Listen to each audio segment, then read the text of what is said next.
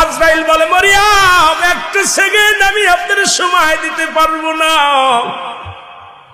কারণ আমি মালাকুল মউত, আমার খোদার হুকুম হয়েছে, আর আমি একটা মিনিট আপনাকে সময় দিতে পারবো না। মরিয়ম কয়, আর বাবা আজরাইল, আমার কলিজার টুকরা সন্তান যখন ঘরে ফিরে এসে দেখবে আমি মা দুঃখিনী, মা নাই, বড় কষ্ট পাবে কলিজার মধ্যে। একটু সময় আমার দে, আমি আমার ছেলের সঙ্গে দুটি কথা বলে যাই। আজরাইল বলে, না না, সময় হবে না। মরিয়ম বলে, তাহলে আজরাইল আর দেরি করো না, যদি সময় না হয় আমি প্রস্তুতি আছি, তুমি আমারে নিয়ে যাও। আজরাইল আলাইহিস সালাম মরিয়ম আলাইহিস সালামের রূহটা নিয়ে গেলেন। মরিয়ম আলাইহিস সালাম জগতের মধ্যে পড়ে গেলেন। ঈসা আলাইহিস সালাম ফল নিয়ে ঘরের মধ্যে প্রবেশ করলেন। আশা দেখে মা জননী ঘরের মধ্যে শুয়ে আছে। ঈসা নবী চিন্তা করে, মা ঘুমাইছে, মাকে ডিস্টার্ব করা যাবে না। কিছু সময় পার হয়ে গেল গো, কিছু সময় পার হয়ে গেল।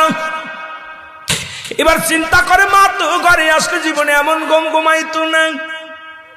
আমার পায়ের শব্দ শুনে মা জেগে যেত, মা আরে সালাম দিতাম, মা আমারে সালাম দিত।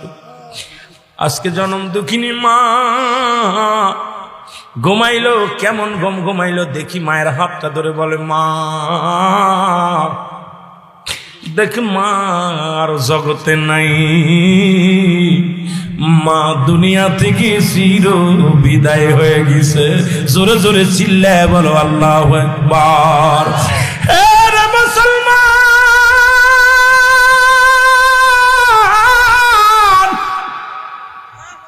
কেন মরণের ভয় করিস না, কেন মরণের ভয় করিস না? ঈসা নবী হাত ধরে ডাকতে বলে, আল্লাহ, মা দুনিয়ায় নাই রে,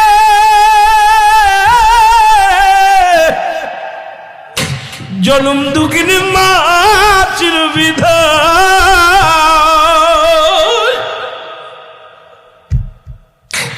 মায়ের প্রেমে কাঁদতে লাগলেন।